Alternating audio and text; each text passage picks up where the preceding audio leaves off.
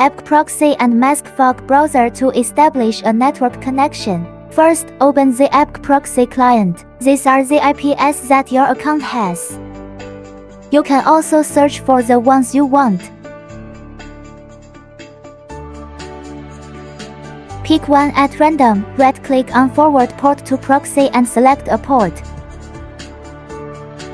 Click on Today list, find the IP you just extracted successfully. Same as before, right-click on Forward Port to Proxy. Then click on Port Forward List, click to copy. Open MaskFog browser. Create a new browser. Select the proxy method to customize and add the device. Fill in the device name and type.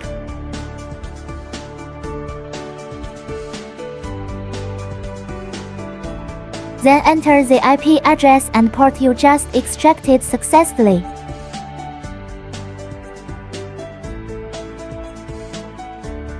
Select an account platform. Check proxy. Finally click OK. Now you can start using it.